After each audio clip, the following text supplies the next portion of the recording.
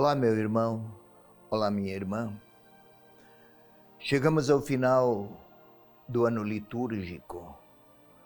O calendário litúrgico começa no Advento, tempo no qual se espera a vinda do Senhor, depois se entra no tempo comum,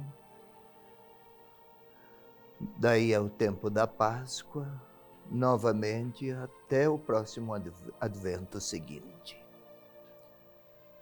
Este 34º domingo é chamado também o domingo, festa, solenidade de Cristo Rei. Cristo Rei do Universo. E o Evangelho para este domingo, 21 de novembro, solenidade de Cristo Rei do Universo, é João 18, versículos 33 a 37. Vamos lá. Começo a leitura, depois a explicação. É assim que se faz sempre.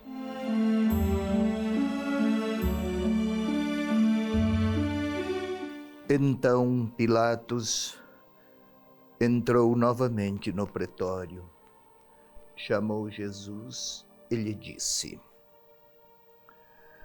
Tu és o rei dos judeus? Jesus lhe respondeu: Falas assim por ti mesmo ou outros disseram isso de mim? Respondeu Pilatos: Sou, por acaso, judeu? Teu povo e os chefes dos sacerdotes entregaram-te a mim. Que fizeste? Jesus respondeu: Meu reino não é deste mundo. Se o meu reino fosse deste mundo, meus súditos teriam combatido para que eu não fosse entregue aos judeus. Mas o meu reino não é daqui. Pilatos lhe disse: Então, tu és rei? Respondeu Jesus: Tu o dizes, eu sou rei. Para isso nasci e para isso vim ao mundo, para dar testemunho da verdade. Quem é da verdade, escuta a minha voz. É esta a palavra do Evangelho deste 34º domingo do tempo comum ou mais tempo conclusivo do ano litúrgico, é a solenidade de Cristo Rei.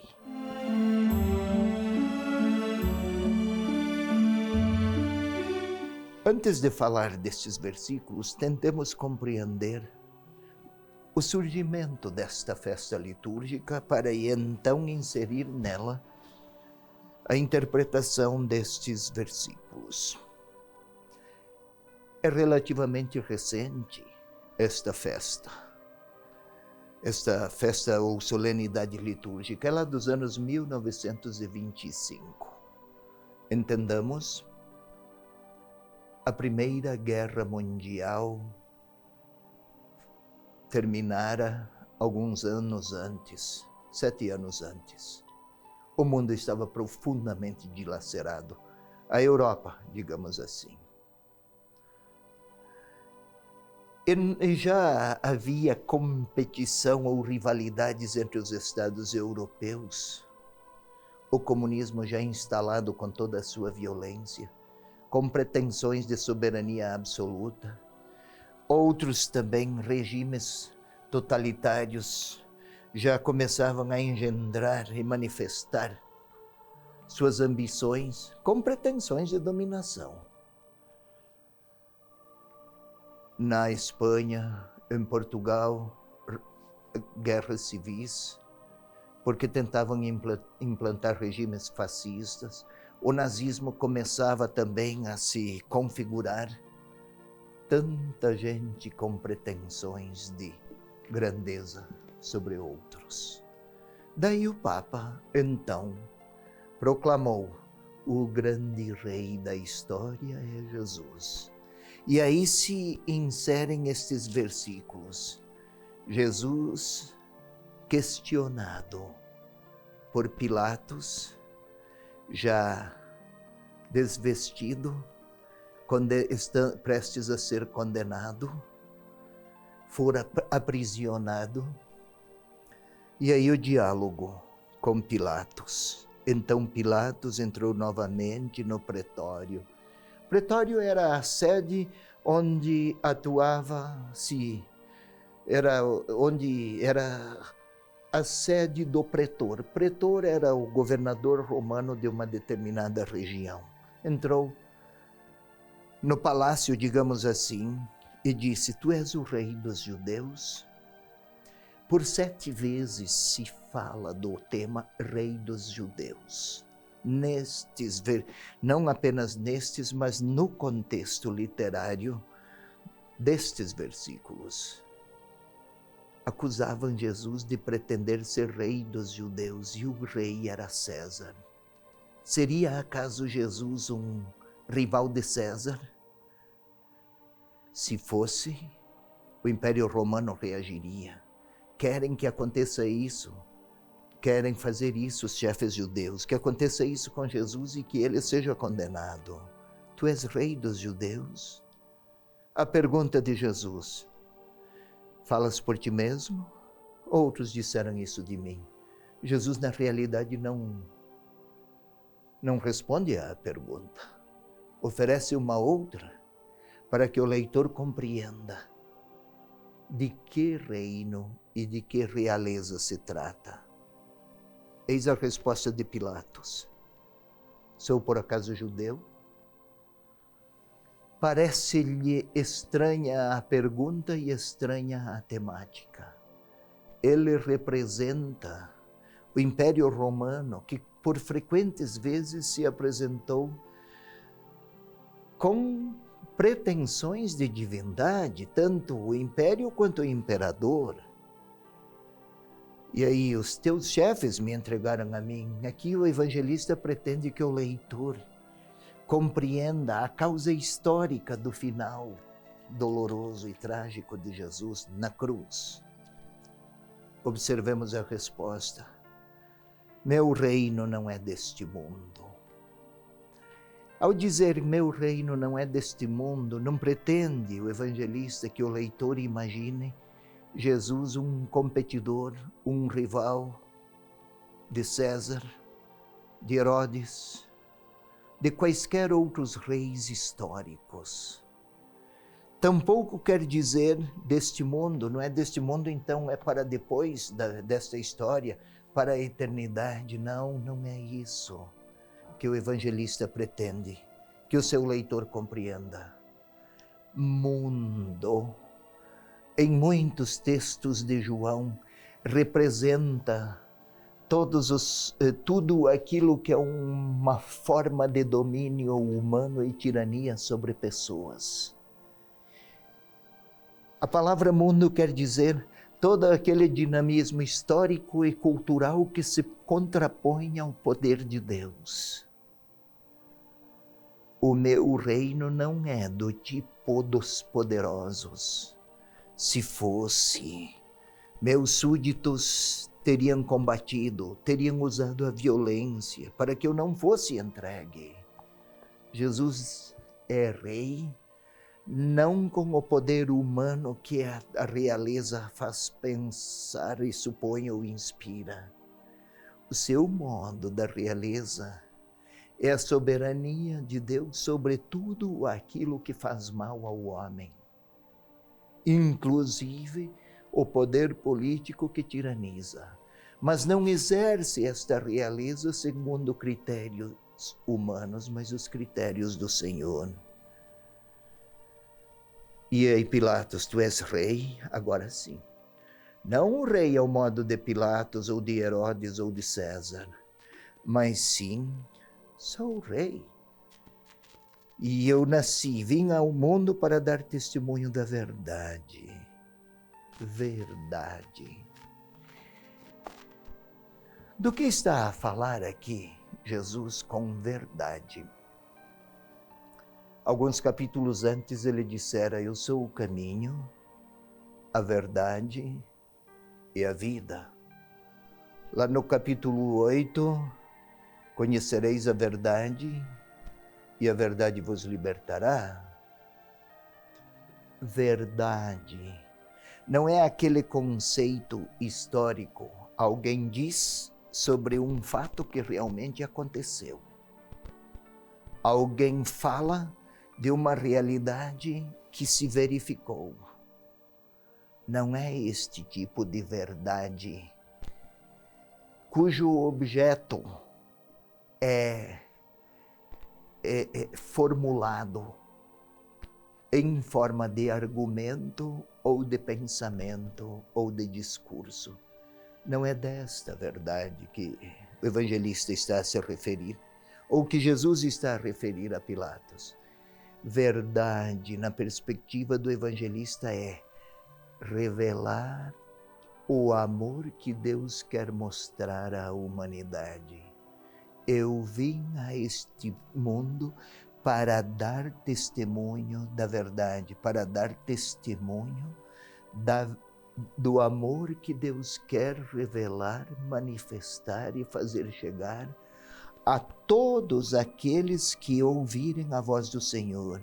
Quem é da verdade, escuta a minha voz. Pode vir até a cruz. Pode vir o terror de Pilatos e do Império Romano, ou o ódio, a inveja das lideranças judaicas. Mas em nenhum momento o Senhor Jesus deixará de mostrar a verdade e o amor de Deus, nem mesmo na cruz. Podem crucificá-lo, mas nem lá na cruz ele cederá a testemunhar que o amor de Deus é maior do que qualquer poder que destrói a vida. É neste sentido que Jesus é Rei.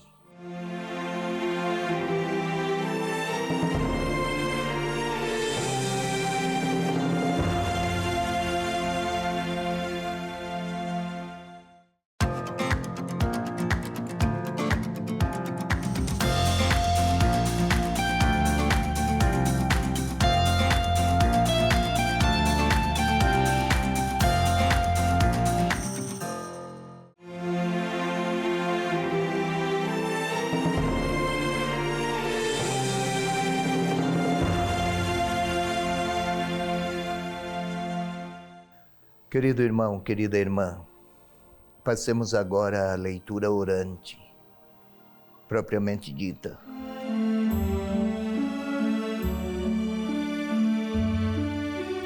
Agora vamos orar.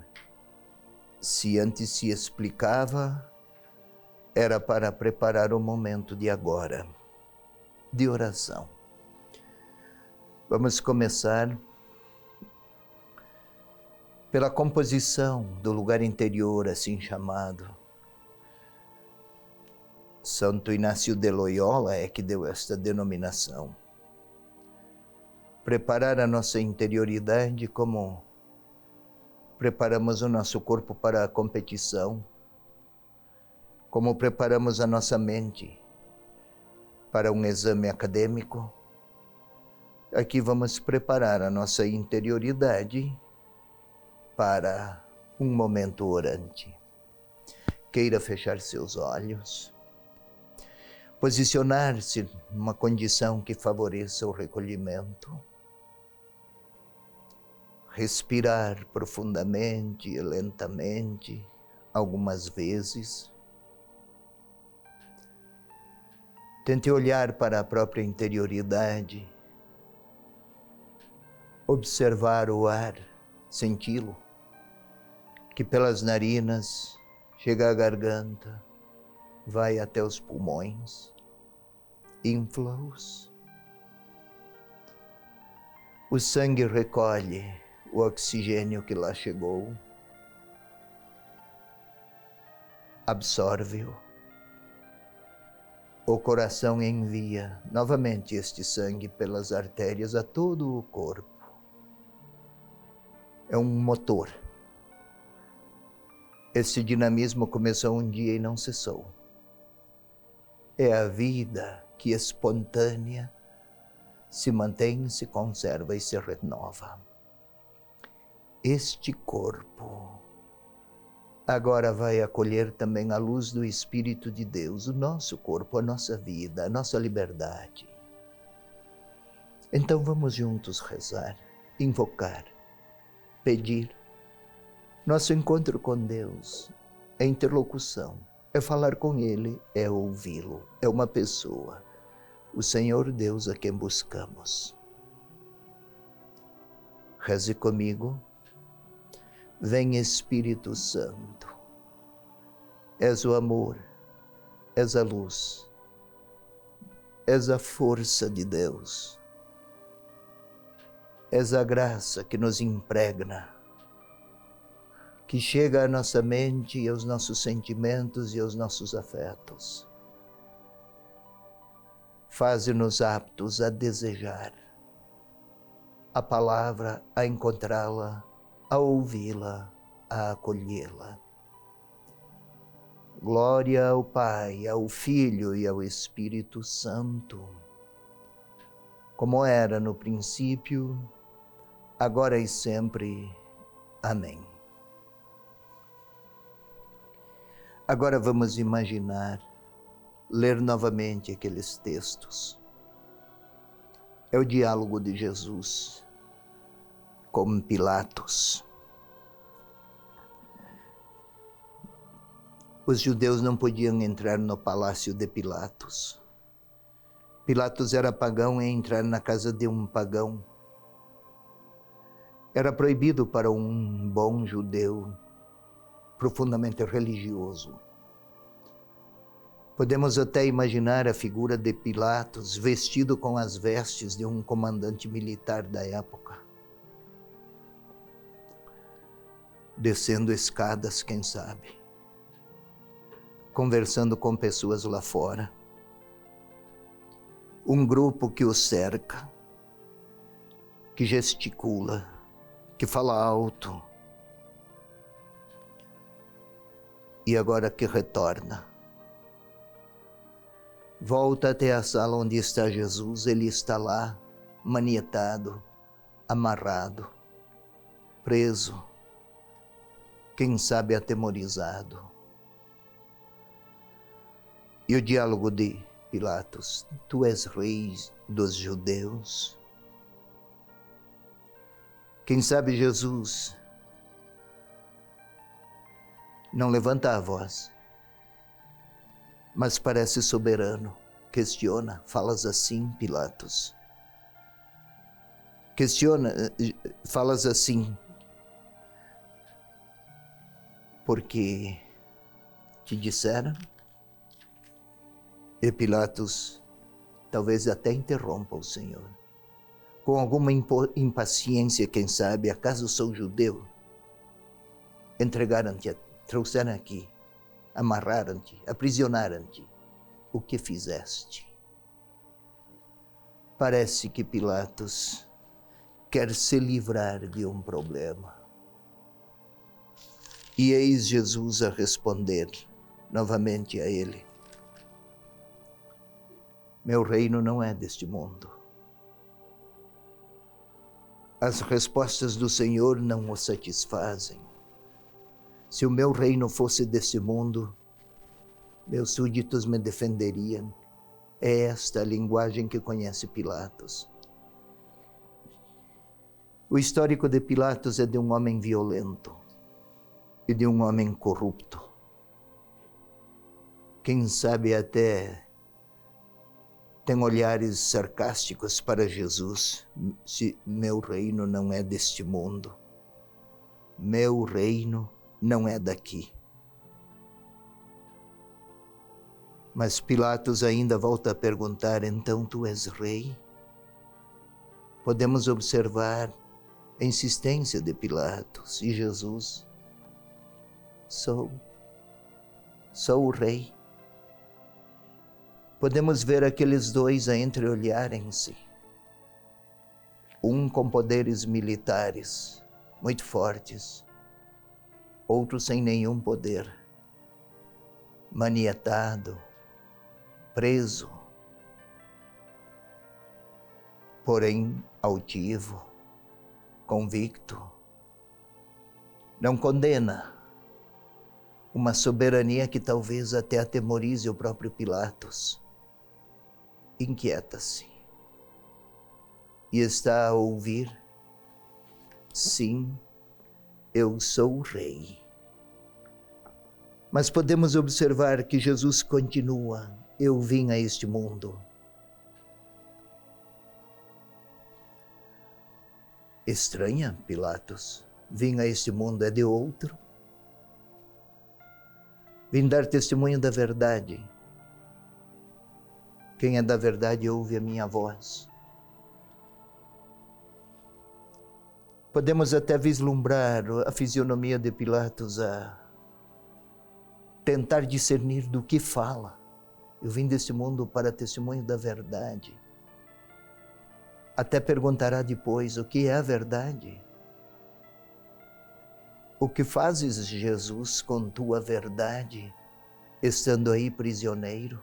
Talvez até pergunte. Talvez seja esta a indagação